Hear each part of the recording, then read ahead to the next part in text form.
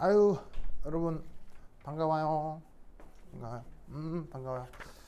자, 저번 시간에는 우리가 주로 그 질량 분석기에 대한 얘기를 했었죠. 오늘은 그 이후 그 얘기 좀 해보도록 하겠습니다. 그래서 이제 콜스 2인데, 자, 우선 첫 번째 소개해볼 문제는 뭐라 한번 해볼까요? 뭐가 좋을까? 거기 6페이지. 6페이지 보세요. 6페이지. 6페이지. 자, 그 6페이지에 보시면 거기 9번 문제가 있을 거예요. 찾았어요? 6페이지 9번 문제. 자, 얘를 한번 해보도록 하겠습니다. 9번 문제. 얘를 한번 살펴봅시다.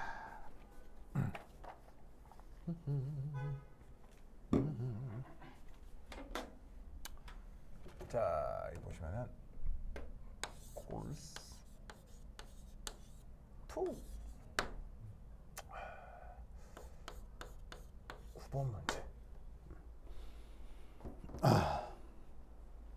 자, 9번 문제는 바로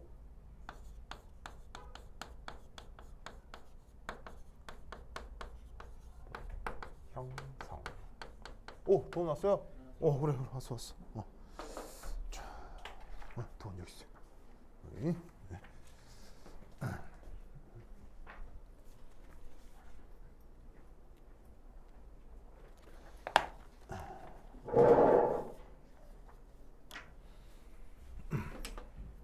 자, 이 이온 결합의 형성, 얘를 이제 보시면 우선 거기 이제 어떤 게 하나가 나와 있냐면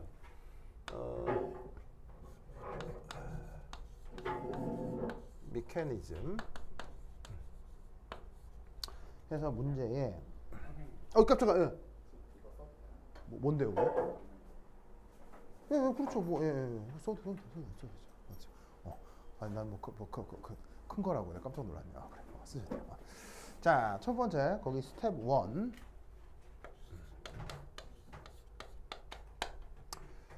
보시면, 자, M이라는 녀석이 있어요. M.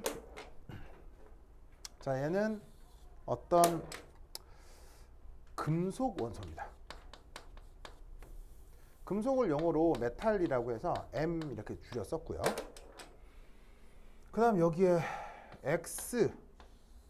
자, X라고 쓴 건 어떤 비금속 원소다. 이렇게 한번 생각을 해보도록 하겠습니다. 그리고 이게 처음에는 둘이가 무한정 멀리 떨어져 있어요. 보이죠? 보이죠? 자, 그리고 나서 여기서 어떤 일이 벌어지냐면 이 금속으로부터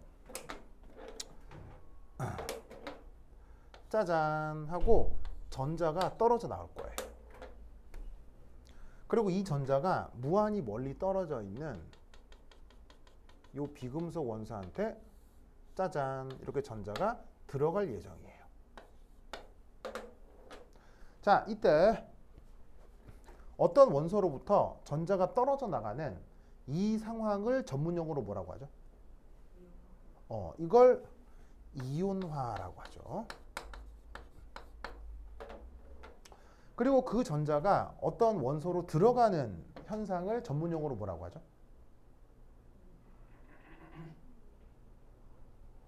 이걸 전문용어로 뭐라고 하죠? 뽀로뽀로뽀로뽀 전자 친화라고 하죠. 사실 이렇게 돼도 양이온이 될 거고요. 이렇게 돼도 음이온이 될 건데, 놀랍게도 양이온이 될 때만 이온화라는 말을 쓰고요. 전자를 받아들여 음이온이 될 때는 전자 친화라는 말을 씁니다. 영어로는 뭐라고 해요? 이온 전자 친화 영어로 뭐라고 해요? 네, 바로 일렉트론 어퍼너티라고 하죠. 그래서 줄여서 뭐라고? 줄여서 EA. 그래서 이제 그 다음 여기에서 스텝 2. 여기서 어떻게 될 것이냐. 바로 이 금속 M은 전자를 잃고 짜자자잔 금속 양이온. 그 다음 얘는 그 전자를 받아들여서 짜잔 이렇게 금속 음이온이 됐다 이런 말이지. 알겠죠? 그런 식으로 여전히 좀 멀리 떨어져 있게 됩니다. 그런 상태로 나중에 최종 상태에선 이제 여기에 있는 금속 양이온하고 비금속 음이온이 가까워져 가지고는 짜잔. 그 다음 얘가 짜잔. 이렇게 딱 붙어서 이온 결합을 형성하게 되는데 이럴 때 우리가 뭐라고 부른다. 영어 표현으로는 아이오닉 페어. 우리말 번역은 이온 쌍이 되었다. 이런 말을 씁니다. 이때 이 경우 요 금속 양이온과 비금속 음이온 요 사이에 거리가 얼마로 나와 있냐면 RE라고 지금 표현이 되어 있네요. 됐다. 자, 보이시죠? 예? 보이시죠? 이렇게 됩니다. 자, 그럼 이때 이 상황에 대해서 이제 거기 그림이 하나 나와 있는데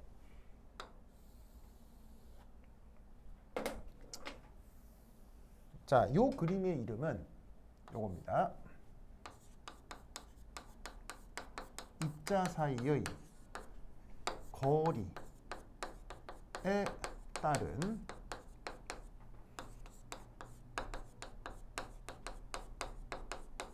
위치 에너지 그래프입니다.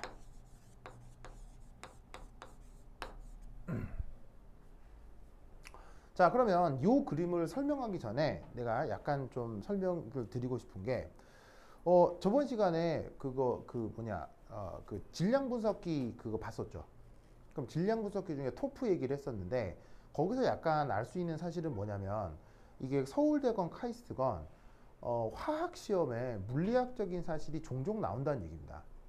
그래서 토프 분석할 때도 뭐 별건 아니지만은 간단한 운동 에너지 표현이 있었죠.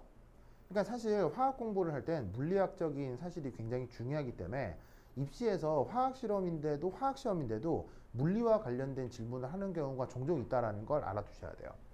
그래서 어떻게 되냐면 지금 여기 나와 있는 말 중에 물리학적으로 중요한 표현이 있는데 그걸 잠깐 언급하고 넘어가도록 하겠습니다. 바로 위치 에너지. 위치 에너지, 이 얘기를 좀 해보도록 할게요. 자, 우선 첫 번째 1. 위치 에너지의 성격을 좀 알아보도록 합시다. 자, 위치 에너지. 자, 위치 에너지는 정의를 하라고 하면 뭐라고 얘기를 하면 되죠? 위치 에너지가 뭐예요? 포텐셜 에너지. 이건 번역이고. 잠재, 그것도 번역이죠. 번역이죠. 좋아요. 번역. 위치 에너지가 뭐예요? 만약 교수가 물었어. 학생, 위치 에너지가 뭐얌? 이렇게 물었으면 뭐라고 답하고 싶어요? 그 물체가 위치에 있는 것만으로 갖고 있는 거죠. 위치에 있는 것만으로. 근데 이제 국어 시간에 뭔가를 정의하라고 하면 그 단어를 또 쓰면 안 되죠. 그렇잖아요. 뭐 어떤 단어를 정의해라라고 하면 그 단어를 또 쓰면 안 되죠. 자발성. 뭐래도 좋아요. 보존력. 좋아요. 아주 좋아요. 아주 멋진 얘기를 했군요. 자, 그럼 위치 에너지 저게 뭐냐? 바로 아주 유명한 일반 물리학 중에 레스닉이라는 사람이 지은 펀더먼셜 오브 피직스라는 물리책이 있거든요. 거기에 나오는 정의예요. 그죠? 나도 내 맘대로 얘기하는 게 아니고 그거 찾아보고 나도 얘기해 주는 거예요. 자, 위치 에너지 정의. 첫 번째 이겁니다. 입자 사이의 거리가 변수인 함수입니다. 위치 에너지의 첫 번째 특징, 변수가 뭐다? 거리다. 그럼 예를 한번 들어볼게요. 여러분 위치 에너지 수식 중에 혹시 이거 알죠? 모르면 안 되죠, 알겠죠? 그 다음에 또 어떤 게 있을 수 있냐면 위치 에너지 수식 중에 이런 수식도 있죠. 본 적 있죠? 그 다음 또 위치 에너지 수식 중에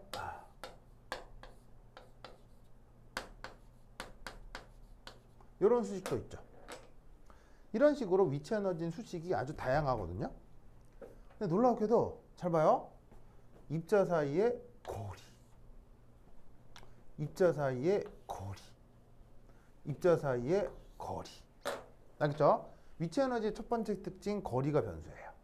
이 굉장히 중요해요. 굉장히 중요해요. 알겠죠? 그 다음 두 번째, 이 언제든 운동 에너지로 바뀔 수 있어요. 그래서 이제 그걸 그 영어로 된 책에서는 이런 말을 쓰더라고요. stored energy라고 표현하더라고요. stored가 뭐죠? 저장되어 있는 에너지. 자, 예를 들어 이거란 얘기죠. 뭐 어떤 물체가 이렇게 있는데 이 물체가 이렇게 붙잡고 있으면 여기에 비해서 위치 에너지가 크다라고 우리는 얘기하잖아요. 어떤 이유 때문에? 그럼 여기서 어떻게 하냐면 툭 떨어지면 운동했지 이렇게. 그래서 우리는 이럴 때 위치 에너지가 작아지고 운동 에너지가 생겼다 이런 말을 쓰잖아. 그러니까 위치 에너지가 운동 에너지로 변환되면서 이 현상이 나타나니까 위치 에너지가 뭔가 저장된 에너지가 아닌가 이렇게 생각을 해볼 수가 있다는 얘기지. 그래서 이 저장된 에너지라는 정의 속에는 사실은 누구 개념이 들어있는 거예요. 바로 역학적 에너지, 보존 법칙이 이 안에 숨어 들어 있는 거예요. 알겠죠? 그 다음 세 번째 정의. 세 번째 정의는 뭐게요? 바로 이제 저기 아까 도훈이가 막 무슨 보존력 뭐 이런 말 썼었는데 바로 얘는 뭐냐? 바로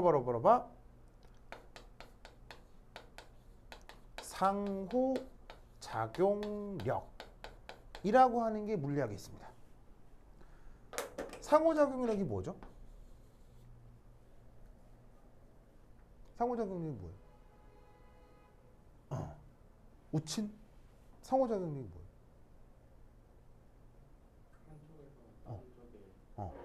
힘을 작용하면 어. 그 반대로 되는 작용들이 진짜로? 좋아. 근데 너무 어려워. 쉽게. 자, 슈민 언니. 상호작용력이 뭐야? 그래. 다 맞는 말이 너무 어려워. 말이 너무 길어. 말이 길어. 도움. 상호작용력이 뭐야? 힘을 주면 좋아. 다 좋은데. 인력 청력을 얘기해. 알겠죠? 그래서 여러분들이 하는 그 모든 말이 그냥 인력 아니면 청력을 얘기하는 거라고. 알겠죠? 자, 상호작용력을 에너지로 표현한 것.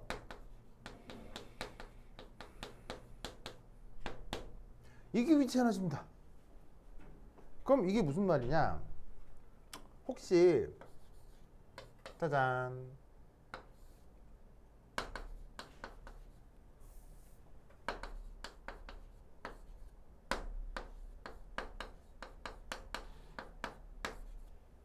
이런 수식을 본 적이 있나요? 힘을 변이에 대해서 적분을 해. 그걸 뭐라고 하지?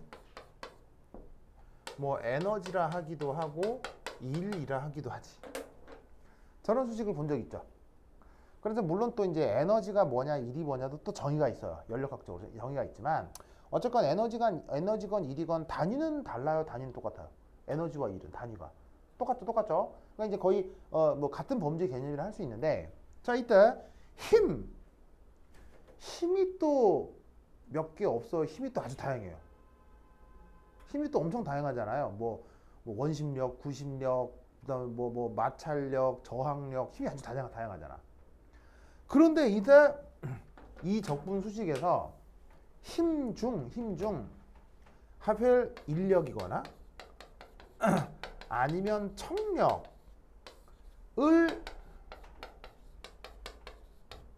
적분할 수도 있는 노릇이잖아.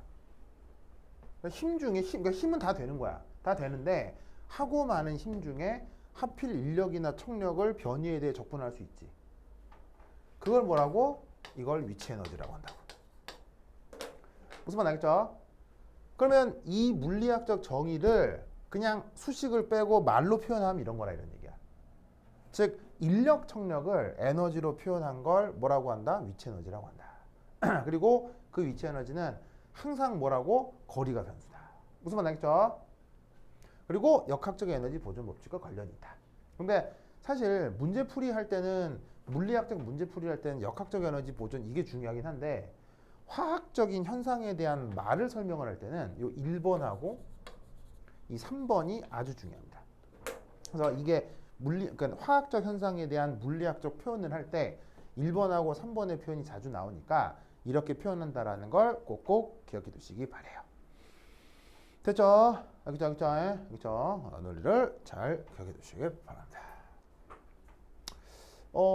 그래서 잘 봐. 뭐 곧 다음 배울 거긴 한데 기체 중에 리상기체라고 있죠? 자, 그러면 리상기체는 서로 간 인력, 청력이 얼마죠? 없죠. 그러니까 위치 에너지가 얼마겠어요? 0.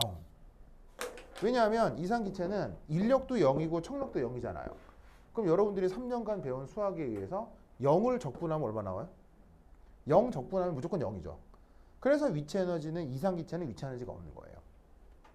알겠죠? 없게 표현이 되는 거예요. 알겠죠? 그래서 이제 요 위치 에너지의 성격 혹은 정의 이거를 그거 알아두시기 바랍니다.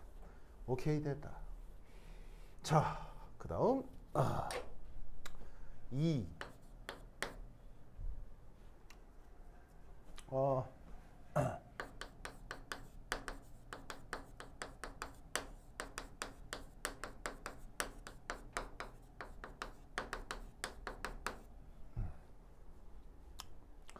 자, 예를 들어서 어떤 입자가 두 개가 있다고 칩시다.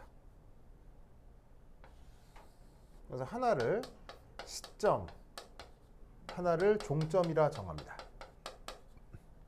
그러면 물리학자들은 무조건 시점에서 종점으로 이렇게 방향 벡터를 정합니다.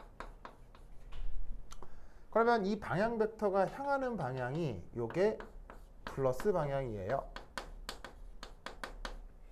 자, 그러면 요 종점의 기준 위치에 대해 누군가가 만약 끌어들이려고 한다. 이게 인력이죠. 아니야, 너를 밀어내야 되겠어. 이런 건 청력이 되겠죠. 맞나요? 그러면 무조건 어떤 일이 벌어지냐면 청력은 방향 벡터랑 방향이 무조건 같게 돼 있어요. 그래서 청력을 항상 무슨 방향? 플러스 방향으로 정하는 거예요. 그러면 인력은 당연히 무슨 방향이 되겠어요? 마이너스 방향이 되겠죠? 무슨 말 알겠죠? 물리학자들이 방향을 항상 이렇게 정하기 때문이에요. 입자가 두 개가 있을 때.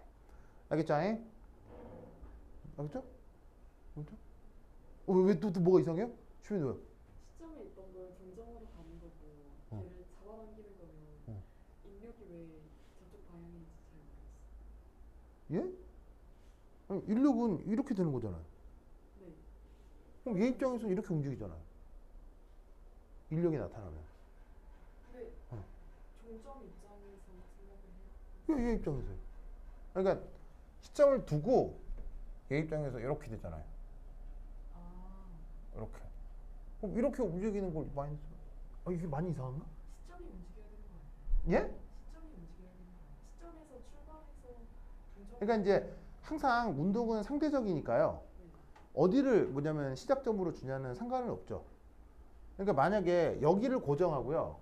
이게 움직인다고 생각하면 이걸 시점으로 두고 여기를 종점으로 두면 되는 거죠. 그러니까 얘를 시점이니까 원점이잖아요. 그 원점은 변해요. 원점은 보통 고정돼요. 고정되죠. 그럼 고정돼 있는 상태에서 얘가 이렇게 움직일 때를 플러스라고 둔다고요. 이렇게 움직이는 걸 항상. 그러니까 반대로 해도 돼요. 얘를 고정하면 얘가 이렇게 움직이는 게 플러스라고요. 그럼 고정했을 때 얘가 이렇게 움직이는 게 플러스면 얘가 왜 이렇게 움직이겠어요? 청력이 작용하니까 이렇게 움직이겠죠. 그럼 얘를 고정하고 이렇게 움직인다고 하는 걸 플러스라고 하면 청력이 나타나는 방향을 플러스로 두는 거라고요. 예? 아, 예. 네. 아, 이거 많이 어려웠나? 너 알겠죠? 알겠죠? 알겠죠? 그래. 하여튼 이렇다. 예. 그래서 어쨌건 방향 벡터와 청력은 방향이 같고 방향 벡터와 인력은 방향이 반대다. 그래서 이때 여기에서 합력을 표현하는데 이때 첫 번째 일 벡터 관점으로 합력을 표현하면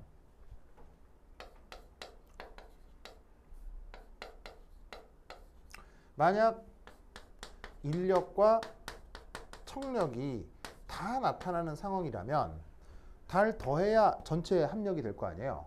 그럼 얘를 벡터로 표현을 하면 그냥 이렇게 표현을 하면 돼요. 왜냐하면 벡터 안에 모든 방향이 다 고려가 돼 있으니까요. 하지만 평소의 경우 벡터는 계산하기 편해요, 불편해요?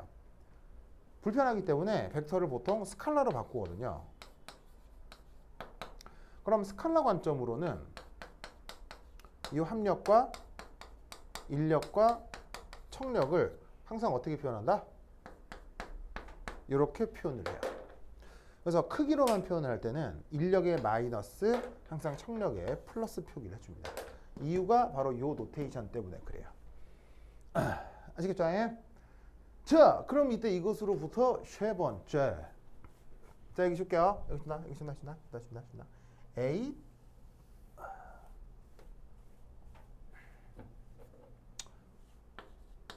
세 번째. 바로 봐.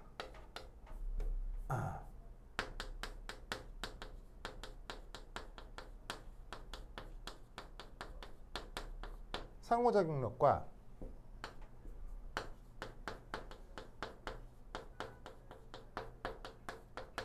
위치 에너지 사이의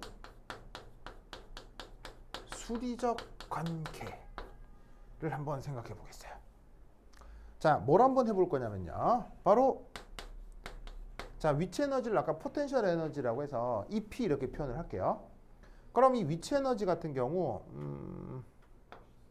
미분을 하려고 하는데요. 미분 변수가 뭐가 돼야 될까요?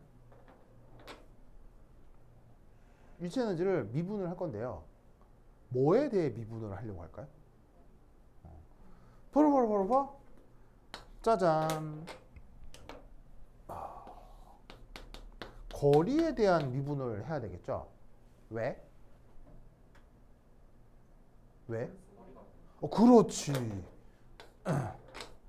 그래서 거리가 변수이기 때문에 위치 에너지는 항상 거리에 대해 미분을 해서 뭔가를 생각해 보는 거예요.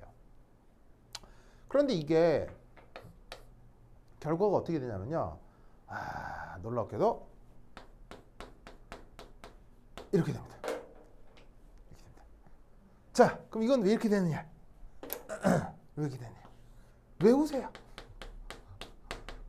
알겠죠? 증명 과정은 나중에 대학교에 가시면 수리물리라고 하는 과목이 있습니다. 거기서 배웁니다. 아니면 뭐 여기도 뭐 물리학을 좀 깊게 공부하신 분들은 뭐 고등학교 때 공부했을 수도 있어요. 그래서 내가 이제 저거를 대학교 다닐 때 한 20년 전에 한번 그 증명하고 이해해 본 다음에 한 번도 해본 적이 없어갖고요. 못 하겠어요 지금. 그래서 그냥 외우세요, 알겠죠? 외우세요. 근데 쟤를 기억해 두면 상당히 편리합니다. 상당히 편리합니다. 그리고 그 암기하라고 하는 게 사실은 현상적으로 쟤를 짐작해 볼 수도 있어요. 그건 이제 조금 이따 말씀을 드릴 건데 어쨌건 항상 위치 에너지를 어떻게 거리에 대해 미분하면 바로 마이너스 F 토탈이 된다 라는 것을 꼭 기억해 두도록 합시다. 자, 그리고 전체 압력이 항상 어떻게 표현된다고 했어요? 크기로 표현될 때 마이너스 인력 더하기 청력이 된다고 했죠. 그러면 얘를 다시 어떻게 쓸 수도 있냐면 이렇게 쓸 수도 있는 거예요. 알겠죠? 그래서 위치 에너지를 거리에 대해 미분하면 무조건 인력 빼기 청력이 나온다. 자, 그리고 미분이라고 했지만 미분은 사실 기하학적으로 뭘 알아내기 위한 과정이죠? 바로 접선의 기울기죠. 즉 위치 에너지 그래프에서 접선의 기울기로부터 인력과 청력의 관계를 알 수가 있다는 얘기예요. 그래서 이 세 가지 사실을 기본적으로 알아두시기 바랍니다. 뭐 학교에서 공부했을 수도 있는데 몇몇 가지는 약간 잘 안 해본 거 있을 수도 있으니까 말씀드린 것들 잘 알아두세요. 왜냐하면 이게 입시 과정이라서 교수들이 정의를 묻는 경우가 많아요. 그럼 그 정의를 물을 때 그냥 내 맘대로 막 얘기하면 안 되고요. 책에 나오는 얘기를 해야 돼요. 알겠죠? 책에 나오는 얘기들을 지금 말씀드린 거니까 이런 사실들은 꼭 기억을 해두시기 바랍니다. 자, 그러면 그것을 가지고 거기 나와 있는 위치 에너지 그래프를 한번 살펴보도록 하겠습니다. 자, 그럼 자 여기 치우면 되겠죠? 준아. 에잇.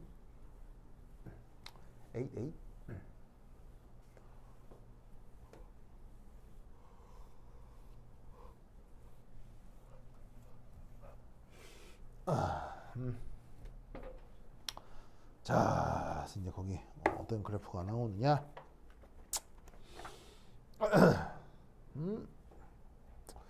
바로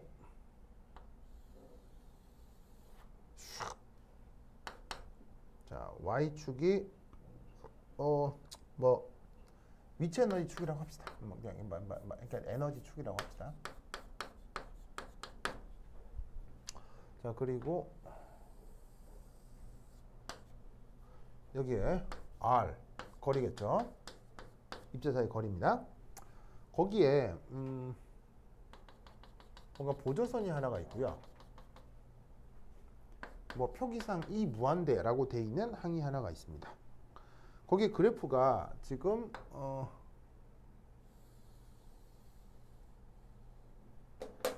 예쁘지가 않아.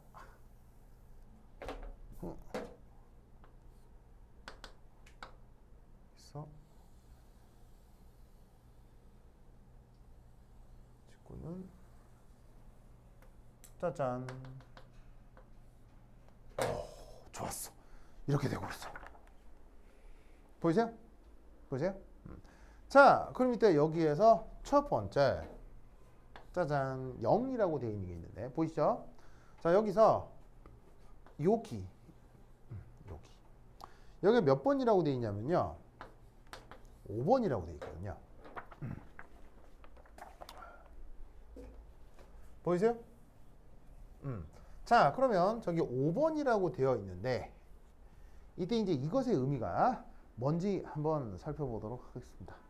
우선 여기에 있는 이 5번. 자, 첫 번째 문제 1번에 스텝 1, 2,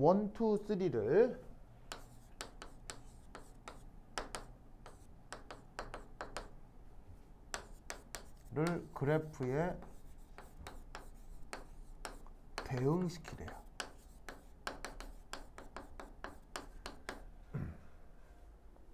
자, 그러면 우선 첫 번째 이 5번 상태가 바로 지금 누구랑 같은 거냐면 그림의 스텝 1이랑 같은 상태입니다. 자, 왜 이렇게 생각할 수 있을까요? 네, 바로 뭐냐면 두 입자 간 인력 청력은 얼마에 가까울까요? 0에 가깝겠죠. 왜? 무한히 멀리 떨어져 있으니까요. 그러면 인력 청력이 0이면 얘는 위치 에너지가 얼마겠습니까? 0이 되겠죠? 그래서 이 5번 상태는 뭐냐면 위치 에너지가 0이고 입자 사이 거리가 아주 먼 상황이기 때문에 저기에 있는 스텝 1에 해당한다. 이리 생각해 볼 수 있습니다. 자, 그 다음 여기가 4번 상태인데 자, 4번 상태는 누구랑 상태가 가깝게 그러니까 어떤 상태를 지금 얘기하는 걸까요? 바로 저기에 있는 스텝 2를 얘기하는 겁니다. 자, 왜냐하면 여기서 이제 생각해 볼 게 이거예요. 스텝 1과 2 사이의 에너지 차이를 뭐라고? 이 무한대라고 합시다. 자, 그러면 그건 어떻게 달려 있는 거냐면, 자, 문제에 이런 말이 하나가 있을 거예요. 바로 데이터 중에 제시된 데이터 중에 이런 게 있네요.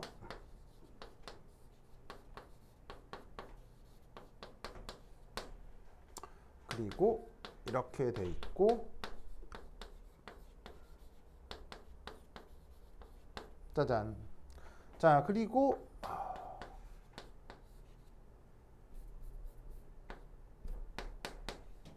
이렇게 해서 이렇게. 그러면 이때 에너지 관계를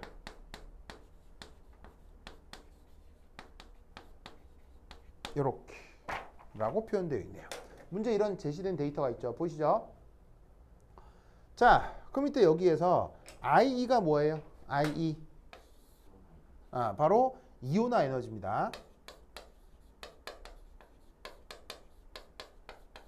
아까 여기 금속에서 전자가 떨어져 나가는 과정을 이온화 과정이라고 했죠. 그것과 관련된 에너지를 420으로 표현한 거고요. 아래쪽에 있는 이 녀석은 앞서 얘기했던 전자 친화도입니다. 그래서 비금속 원소 X가 전자를 받아들였을 때의 에너지 관계를 표현한 거죠. 그러니까 여기에 있는 이 전자가 금속으로부터 떨어져 나온 이 전자가 고스란히 비금속으로 가서 음이온을 만들었다라고 생각할 수 있어요. 자, 그럼 이때 얘를 짜잔 두 개를 더해 주어요. 그럼 두 개를 더해 주면 우리는 어떤 표현을 생각해 볼 수 있죠?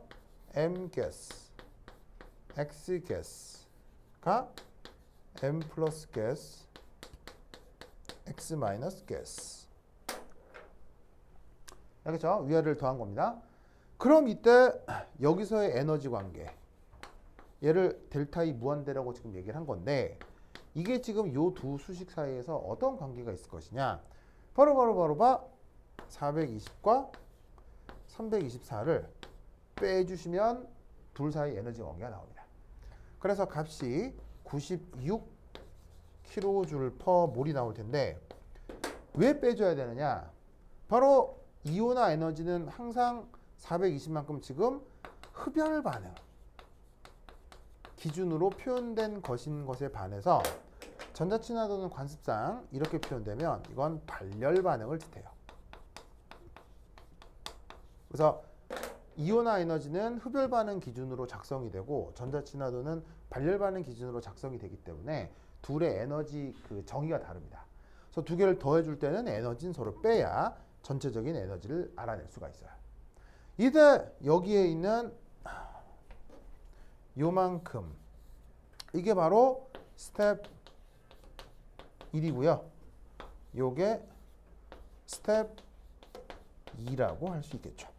그래서 스텝 1과 스텝 2의 에너지 차이를 96kJ/몰이라고 할 수 있어요. 그게 지금 여기서 어떻게 나타나는 거냐?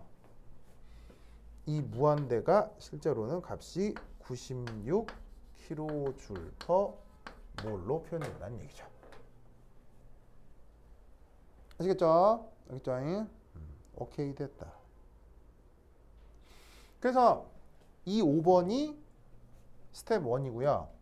이 스텝 2가 그래서 어떤 상태가 된다? 4번 상태가 된다는 얘기죠. 알겠죠? 자, 그럼 이때 여기서 이 무한정 떨어져 있었던 양이온과 음이온이 이제 점점 어떻게 되겠습니까? 점점 가까워져서 M 플러스 X 마이너스로 이렇게 이온쌍을 이루게 될 거 아니에요? 자, 그럼 이때 여기서 하나 알 수 있는 건 뭐 이런 점, 뭐 이게 이 점이 뭐 물리학적으로 아주 큰 의미가 있는 건 아니지만, 자, 요 점에서 짜잔,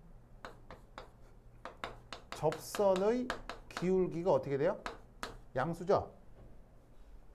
맞아요? 그러면 접선의 기울기가 양수라는 얘기는 두 입자 간 인력하고 청력이 어느 쪽이 더 크다는 얘기예요? 인력이 더 크다는 얘기죠.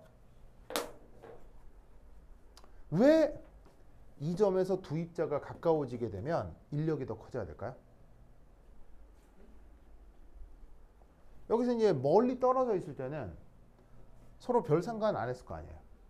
근데 여기에서 가까워지기 시작하면, 자, 가까워지면 뭐가 더 우세하다고요? 인력이 더 우세하다고 돼 있잖아요. 그래프상에서. 왜 인력이 더 우세하다라고 얘기를 해야 될까요?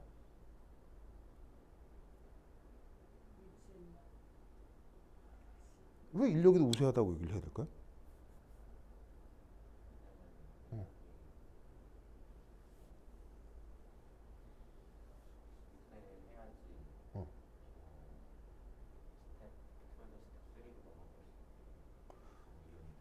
아, 스텝 2에서 넘어갈 수 있다. 넘어갈 수 있다.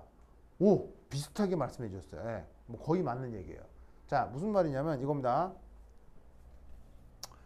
이제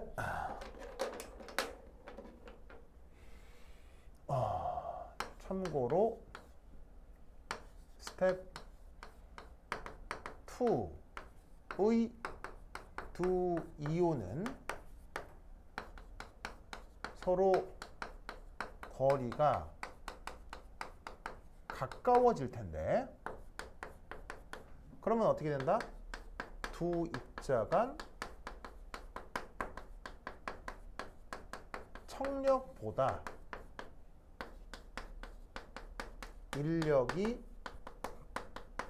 항상 더 우세하게 나타납니다. 그것이 MX라고 해서 일반적인 양이온, 일반적인 음이온을 표현을 한 건데, 예, 전우주에 존재하는 모든 양이온, 전우주에 존재하는 모든 음이온에 대해서 항상 이런 일이 성립해야 된다는 얘기예요. 그럼 왜 이래야 되느냐를 물은 건데, 방금 도훈이가 바로 스텝 3로 넘어가기 위해서다라고 얘기한 거거든요. 그럼 이게 무슨 말이냐면 바로 이겁니다.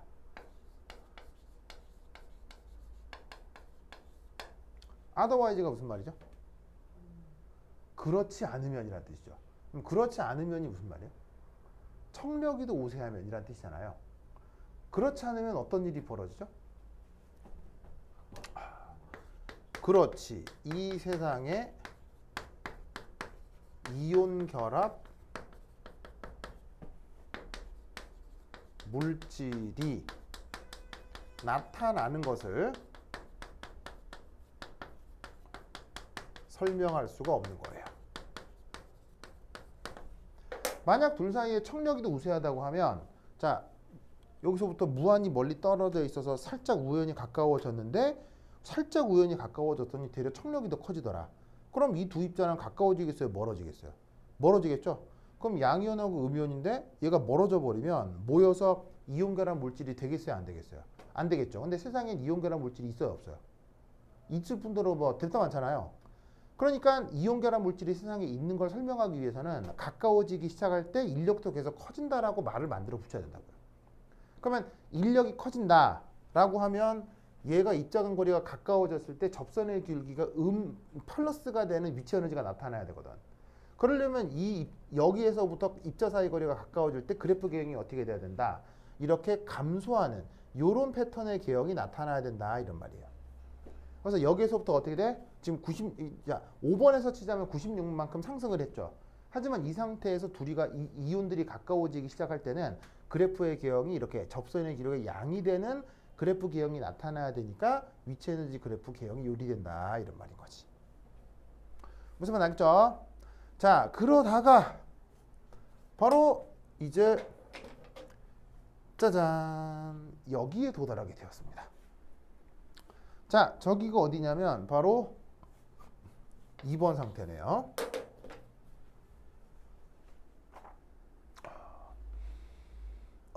보이시죠? 자, 그러면 여기 이제 줄게요. 여기 줄게요. 8 8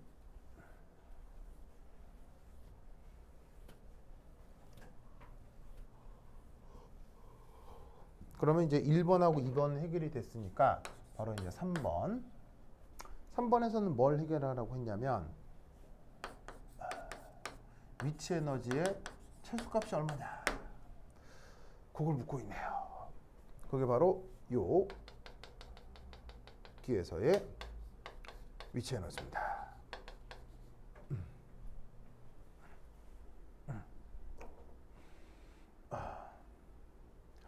자, 그럼 이때 저기서 우리 이제 어떤 생각을 해야 되냐면 이렇게 해봅시다. 우선 1 양이온과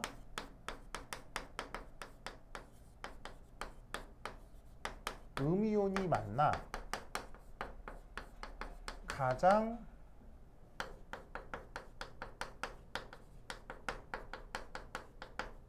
안정한 상태를 이룰 때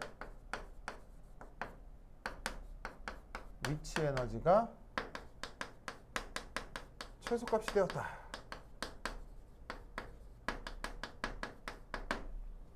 라고 말을 할 수가 있죠.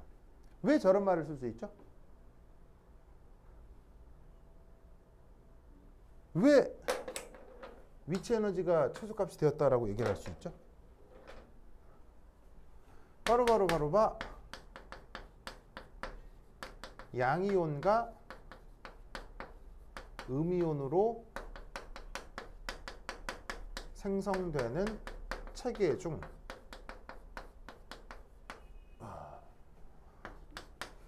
이온 쌍이 가장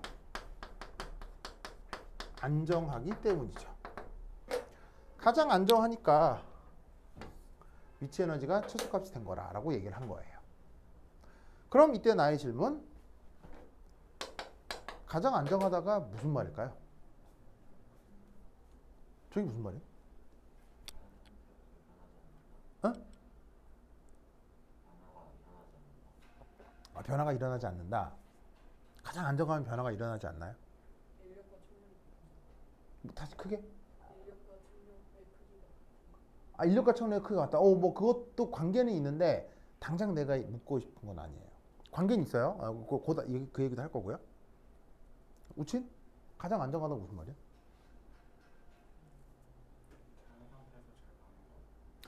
정답! 가장 안정하다는 다른 말로 무슨 말이냐면 가장 흔하게 관찰된다라는 걸 뜻하는 거예요. 자, 무슨 말이냐면 지금 양이온이 있고 음이온이 하나가 있잖아요. 그럼 양이온하고 음이온이 무한정 멀리 떨어지는 걸 우리는 주로 관찰하게 될까요? 아니면 둘이가 들러붙어서 이온 결합 물질을 이루는 걸 우리가 주로 관찰하게 될까요? 무슨 말 알겠어요? 그 가장 자주 관찰되는 상태를 그냥 우리는 연력학적으로 가장 안전하다라고 표현하는 거예요. 무슨 말 알겠죠? 알겠죠? 그래서 뭐라고요? 에너지를 비교가 하잖아요. 라고 하면 다 틀리는 거예요. 그럼 안 되는 거예요. 그리고 에너지로 비교할 수가 없어요. 비교할 수가 없어요. 왜냐하면 어떤 물질의 절대적인 에너지 체계를 알 수가 없기 때문이에요. 어떤 물질의 절대적인 에너지 체계를 알 수가 없기 때문에 우리는 그냥 상대적으로 에너지란 얘기를 쓸 뿐인 거죠. 그러니까 예를 들면 우리가 평소에 얘는 얘보다 에너지 상태가 낮아 이렇게 표현하잖아요. 근데 그게 다 허황된 표현이에요. 왜냐하면 절대적으로 어떤 물질의 전 우주 기준의 절대적인 에너지 상태를 알 수가 없기 때문에 에너지 상태가 높다 낮다는 아주 허황된 표현이에요. 그런데 우리는 구체적으로 뭐만 알 수 있냐면 두 상태 중 어느 상태가 더 자주 관찰되느냐는 우리가 알 수 있거든요. 왜? 우리 눈에 보이니까요. 그러면 어떻게 하냐면 자주 보이는 것에 대해서 에너지 상태가 더 낮도록 수리적 체계를 만들어서 붙인 거예요. 즉 수리적 체계가 먼저 있었던 게 아니고요. 내 눈에 먼저 많이 보이는 게 있잖아요. 그럼 그놈의 더 안정한 수리적 체계를 만들어서 나중에 붙인 거예요. 그러니까 뭐가 우선이다? 인간 눈에 뭐가 먼저 관찰되느냐가 중요한 거라고요. 그러니까 예를 들면 뭐 이런 질문을 할 수 있는 거죠. 퀴즈. 흑연과 다이아몬드 중 연력학적으로 더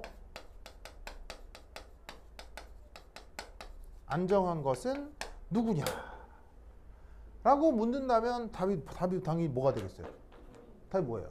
흑연인데 이걸 어떤 논리 구조로 흑연이라고 얘기를 하냐고요. 여러분들은 흑연과 관련된 절대적인 에너지 상태를 알아요? 다이아몬드에 대한 절대적인 에너지 상태를 알아요? 사실 이건 노벨상을 100개를 받아도 몰라요. 근데 이걸 어떻게 대답한 거야? 적어도 우리 지구에 둘 중에 누가 더 많아? 흑이 더 많지. 그럼 걔한테 더 안정한 거야. 그렇게 정해놓고 나중에 숫자를 만들어 붙이는 거야. 무슨 말 나겠죠? 알겠죠?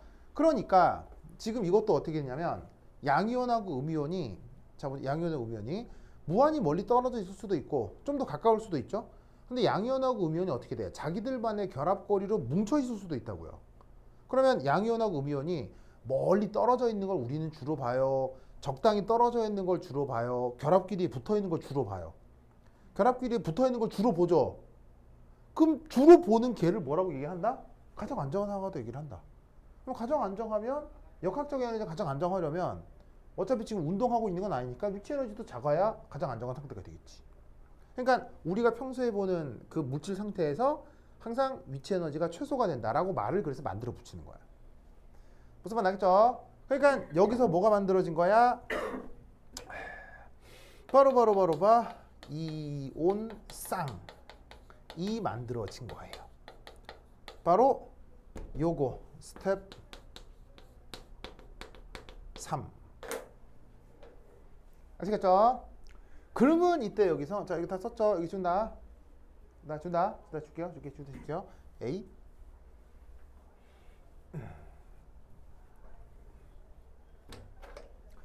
이. 그렇다면 이때 어떤 일이 벌어진다? 가장 안정한 이 상태에서 두 입자 간 일정한 결합 거리 현상이 나타나요. 그럼 여기서 일정한 결합 거리가 나타난다 라는 말의 뜻이 뭐냐면 바로 두 입자 간 인력과 청력이 같아서 합력이 0이 되기 때문에 일정한, 즉 변이가 나타나지 않는다는 얘기인 거예요. 적어도 상대적으로. 무슨 말 알겠어요? 그러니까 예를 들어서 일정한 결합거리가 나타나면 관찰자가 한 공 위에서 바라봤을 때 반대쪽 공이 움직이질 않는 거 아니에요.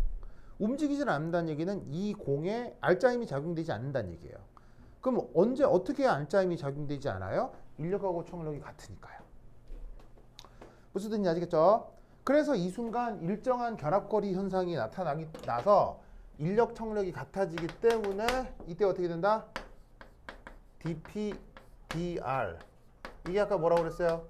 인력 빼기 청력인데 0이 돼야 되는 거겠죠. 그래서 어떻게 된다? 여기가 짜잔 접선의 기울기가 0이 돼야 됩니다. 그러면 아까 여기서 했던 얘기랑 종합을 좀 하면 어쨌건 멀리 떨어져 있을 때 이온화 에너지하고 전자친화도를 고려한 에너지 상태에서부터 입자 사이가 조금 가까워지기 시작하면 무조건 인력이 우세해야 되니까 접선의 기울기가 양수가 돼야 되고, 그러다가 가장 적절한 거리에 돌입하게 되면 인력 청력이 같아지면서 일정한 결합거리가 나타나야 되겠죠. 그러려면 접선의 기울기가 0이 돼야 되니까 여기 상황하고 여기 상황을 고려하면 여기서부터 시작을 했을 때 요런 개형을 갖다가 여기서 극소점이 나타나는 그래프 개형이 나타나야 된다고. 그래서 그래프를 이런 식으로 표현을 해주고 있는 거라고요. 무슨 말인지 아시겠죠? 그렇죠? 자, 이제 세 번째.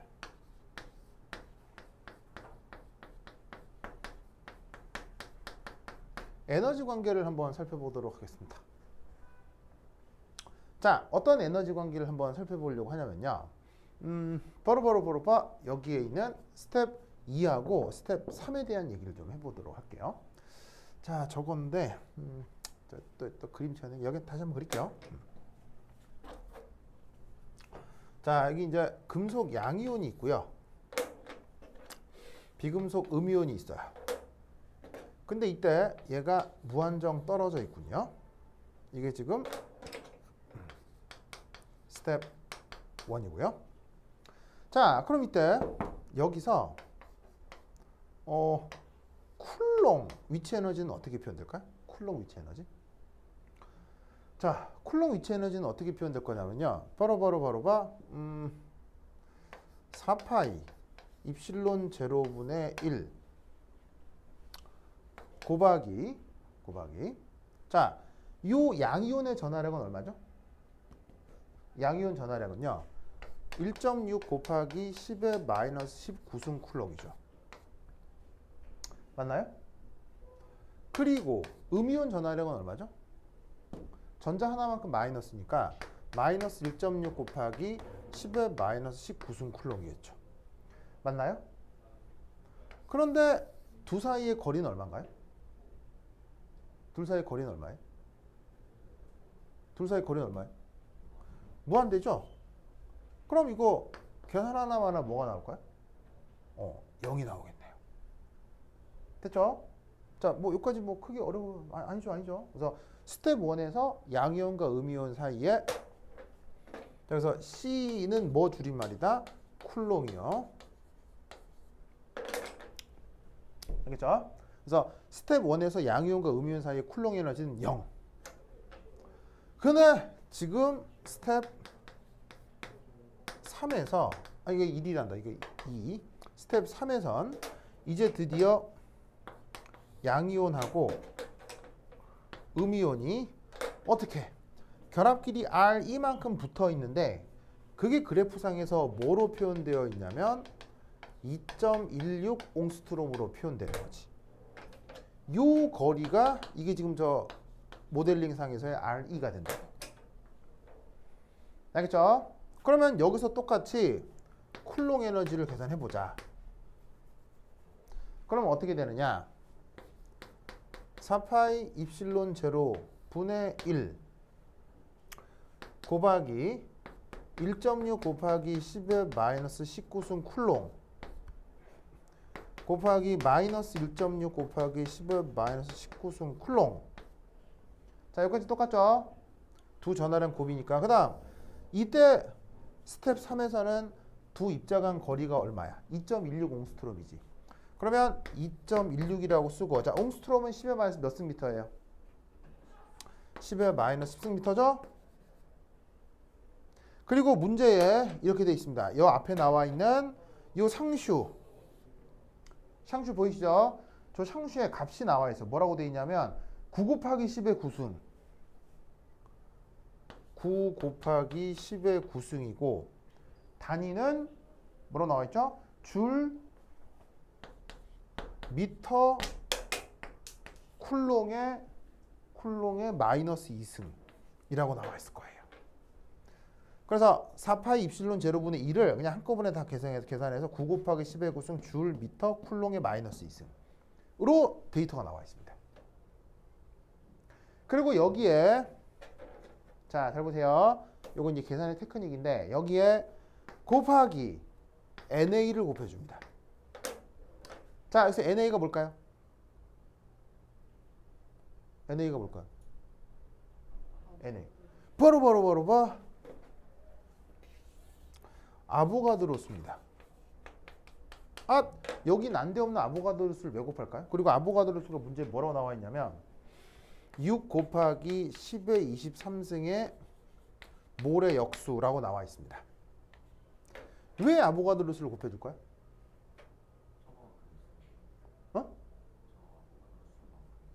오, 바로 아보가드로수를 곱해주는 이유는 바로 킬로줄 퍼 몰 단위로 계산하기 위해서예요.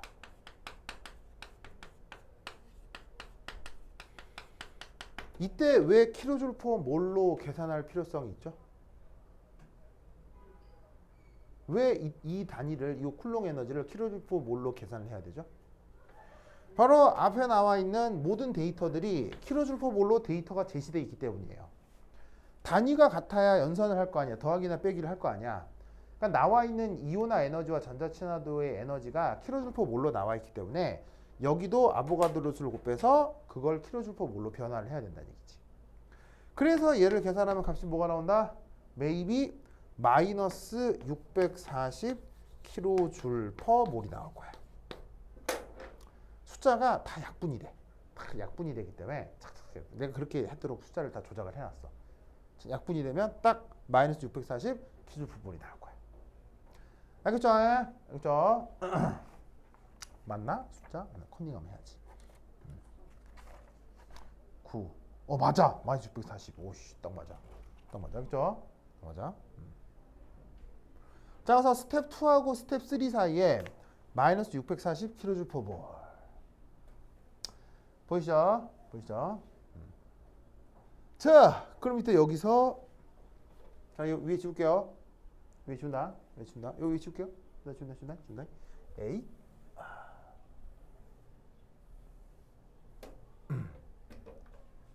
3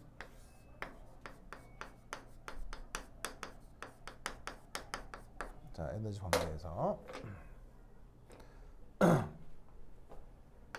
이때 다음의 관계가 나타납니다. 자, 어떤 관계냐? 바로 쿨롱 에너지인데 4번의 쿨롱 에너지와 쿨롱 에너지인데 2번의 쿨롱 에너지가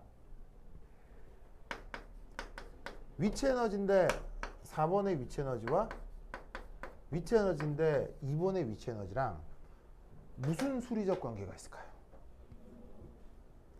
저 4개의 항 사이에 무슨 수리적 관계가 있을까요?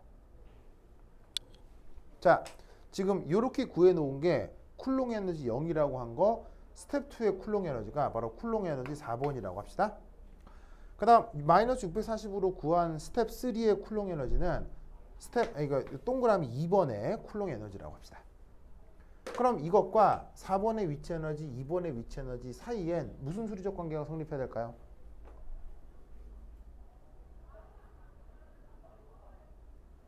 우친 어떤 관계가 성립해야 될까요? 어떻게 같을까요?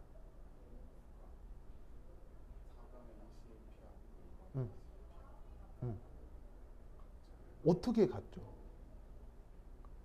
여기서 어떤 수리적 관계가 나타나요? 바로 봐.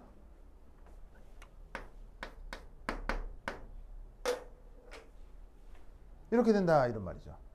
2번하고 4번의 쿨롱 에너지 차이가 그게 2번하고 4번의 위치 에너지 차이가 될 거라고요. 이해하겠어요? 자, 이때 왜 정확한 건 아니고 근사적인 거죠? 정확한 건 아니고요. 근사적으로 그래요. 왜 근사적으로 그렇죠? 그럼 뭔가 오차가 있다는 얘기 아니에요. 그럼 어떤 요인 때문에 오차가 발생할까요? 바로 이온 간 청력은 고려하지 않았기 때문이에요.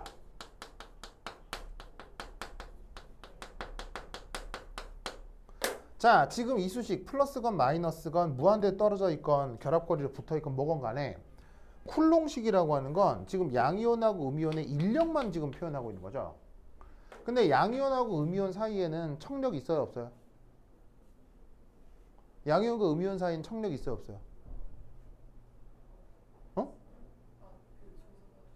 양이온하고 음이온 사이에는 청력이 있어요, 없어요? 자, 우진, 양이온하고 음이온 사이에는 청력이 있어요, 없어요? 있어요? 도훈, 양이온하고 음이온 사이에 청력 있어요, 없어요? 양이온과 음이온 사이에는 청력이 반드시 존재합니다. 자, 어떻게 존재하죠? 네, 바로 양이온하고 음이온 사이에도 핵이 따로 있고 전자가 따로 있죠. 즉 양이온, 음이온의 핵과 핵 사이의 청력, 전자와 전자 사이의 청력이 분명 나타난다는 얘기입니다. 자, 그런데 이때 만약에 있잖아요. 양이온하고 음이온이 청력은 없고 인력만 있다고 만약 가정을 한다면 무슨 일이 벌어져야 되죠? 양이온하고 음이온이요. 청력이 없다고 가정을 해버리면 무슨 일이 벌어지죠? 바로 양이온하고 음이온이 하나로 핵융합을 해버리겠죠. 근데 실제로 그런 일은 벌어져요? 그런 일은 없어요? 그런 일은 없죠. 그러니까 양이온하고 음이온의 청력이 반드시 있다라고 가정을 해야 세상에 양이온과 음이온이 일정한 결합거리를 유지하는 걸 설명할 수 있다는 얘기예요. 무슨 말 알겠죠? 이해했어요? 그런데 지금 이 계산에서는 청력이 들어있어요? 청력이 전혀 고려되어 있지 않아요? 청력이 고려되어 있지 않죠. 그래서 그만큼 살짝 오차가 나는 거예요. 무슨 말 알겠죠? 청력마저 고려된다면 정확한 등호 관계겠죠. 왜? 위치 에너지의 정의가 뭐니까요? 위치 에너지 정의가 뭐예요? 인력과 청력을 에너지로 표현한 거죠. 즉 인력과 청력을 다 계산을 해주면 그게 딱 위치 에너지 차이가 되는 거죠. 근데 청력을 뺐기 때문에 인력만 고려했기 때문에 근사적으로 비슷할 거다라고 보는 거예요. 실제로 저 결합거리에서는 청력의 비율이 그렇게 크지 않기 때문에 그래요. 엄밀하게 계산하면 많이 잡아봐야 한 5% 정도예요. 5% 정도 약간 오차가 생겨요. 그래서 이제 지금은 간단한 계산을 위해서 무시한 거라 이런 말이지. 알겠죠? 자, 그럼 이때 이게 계산 한번 해볼까요? 자, 여기 지워도 되겠어요? 여기 지워도 되겠어요? 지워도 되겠어요? 지운다. 그리고 여기서 0. 마이너스 640 기억해요. 알겠죠? 0. 옆에서 기억해요. 알겠죠? 기억해. 여기 줄게요. 8. 8.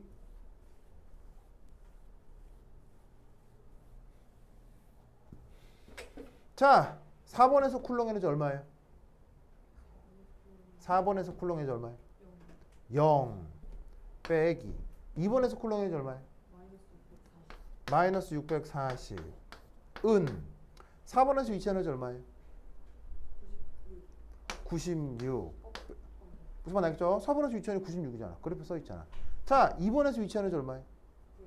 2번에서 위치 에너지가 위치 에너지의 최소값이었어. 맞죠?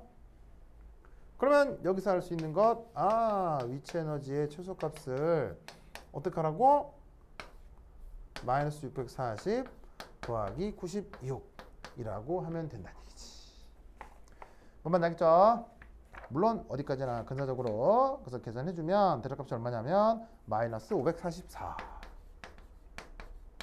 kJ/몰이다. 됐죠? 그래서 지금 나와 있는 이 데이터가 이 값이 마이너스 544다. 이렇게 계산을 해볼 수가 있다. 이런 말이죠. 됐죠? 그래서 거기 보시면은 3번까지 풀었고요. 자, 그 다음 거기 5번. 자, 여기 지워도 되겠어요?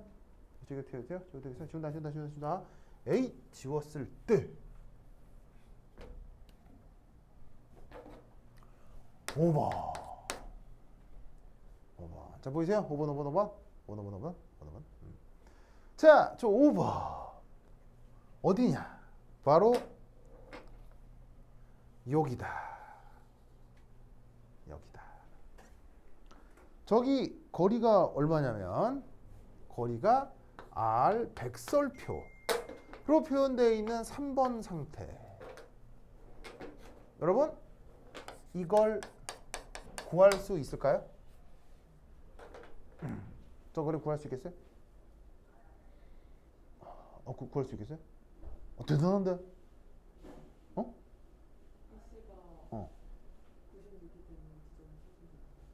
뭐가 96이 되는 거야? 그렇지. 자, 저게 어떤 물리적 의미가 있겠느냐?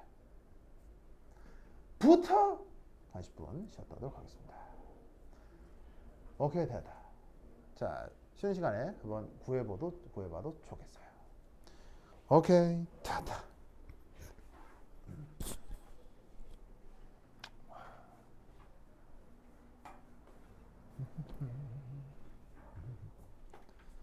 아이고 이기마쇼. 뽀봉.